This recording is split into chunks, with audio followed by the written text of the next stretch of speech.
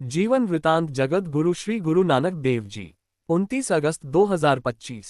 द्वितीय अध्याय गुरु नानक देव जी की प्रथम उदासीन यात्रा। इस अध्याय में 63 कथाएं हैं जो उनके जीवन से ली गई है। हर रोज कथाएं कर्म अनुसार पोस्ट होगी। आज की कथा संख्या 48 पोस्ट हो रही है। कंपाइल्ड बाय स्कडेवान, लासा नगर, तिब्बत। श्री गुरु नानक देव जी अपने अगले पड़ाव तिब्बत की राजधानी लासा नगर की तरफ चल दिए। लासा में उन दिनों बौद्ध धर्म का प्रचार संपूर्ण रूप में हो चुका था, परंतु बौद्धों में दो अलग अलग संप्रदाय होने के कारण वे लोग आपसी फूट का शिकार थे। पहला संप्रदाय अपने को कर्मापा कहलाते हैं। ये लोग निराकार प्रभु की उपासना में विश्वास रखते हैं तथा लाल टोपी पहनते हैं। दूसरा संप्रदाय अपने को गेलुपा कहलाता है तथा पीली टोपी धारण करता है। ये लोग साकार उपासना में विश्वास करते हैं, अतः महात्मा बुद्ध जी की मूर्ति बनाकर उसकी पूजा करते हैं। गुरुदेव जब वहां पहुंचे तो कर्मापा संप्रदाय के लोग उदारवादी होने के कारण उनकी विकयिता बहुत जल्दी गुरुदेव से निकटता बन गई, क्योंकि विचारधारा में समानता अधिक थी।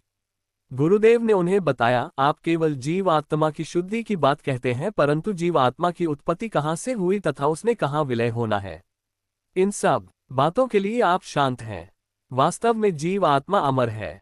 इसकी उत्पत्ति परमात्मा से हुई है तथा इसका विलय शुद्धिकरण के पश्चात ही परम तत्व में होगा, जिसकी आप चर्चा नहीं करते। जब तक आप परम तत्व को नहीं मानते, आपकी साधना अधूरी है तथा फल की प्राप्ति नहीं हो सकती, क्योंकि बिना लक्ष्य निर्धारण के निशाना सदैव चूक जाता है।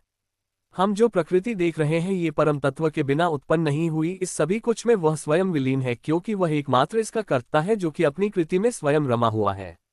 आतम मही रामू राम मही आतमु चिनसी गुर बिचारा, अनृत वाणी शब्दी पछानी दुख काटे हमारा। नानक हऊ में रोग बुरे, जह देखा तह एका बेदन आपे बक्से शब्दी धुरे। रहाव सारांश, ये गुरबानी आत्मा और परमात्मा की एकता, गुरु की वाणी की महत्ता और अहंकार के नाश पर जोर देती है।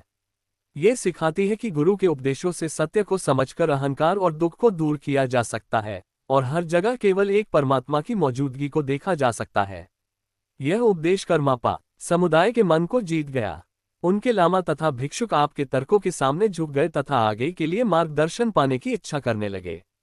इसके विपरीत गेलुपा साकार उपासना त्याग नहीं पाए, क्योंकि इसमें उन लामा लोगों का व्यक्तिगत स्वार्थ छिपा था कि यदि ऐसा हो गया तो हमारी पूजा कैसे होगी तथा हमारी जीविका के साथ हमारा सम्मान सत्कार आदि भी जाता रहेगा।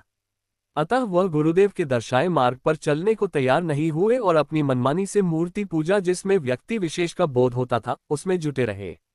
पहले से ही दोनों संप्रदायों में सिद्धांतों की भिन्नता थी। गुरुदेव के संपर्क से कर्मापा वर्ग के लोग गुरुदेव के अनुयायी बन गए, जिस कारण गेलुपा अर्थात पीली टोपी वाले वर्ग के लोग ईर्ष्या करने लगे, जिस कारण दोनों पक्षों में मन मुटाव पहले से अधिक हो गया। इसके साथ ही गेलुपा वर्ग अर्थात पीली टोपी वालों की राजनैतिक शक्ति बढ़ गई। उनका लहासा पर पूर्ण अधिकार हो गया, जिससे उन्होंने अपने प्रतिद्वंदी कर्मापा वर्ग के लोगों को मार दूर भगा दिया। इस प्रकार नानक जी के अनुयायी राज्य शक्ति विहीन होने के कारण बिखर कर रह गए तथा अपने अस्तित्व का प्रकटावा नहीं कर पाए, परंतु वे आज भी जहां कहीं भी है गुरु नानक देव जी की बानी पढ़ते हैं, उनको आदर से नानक लामा पुकार कर याद करते हैं। वाहे गुरु जी का खालसा, वाहे गुरु जी की फतेह। द्वितीय अध्याय प्रथम उदासी। अगले पाठ कथा 49।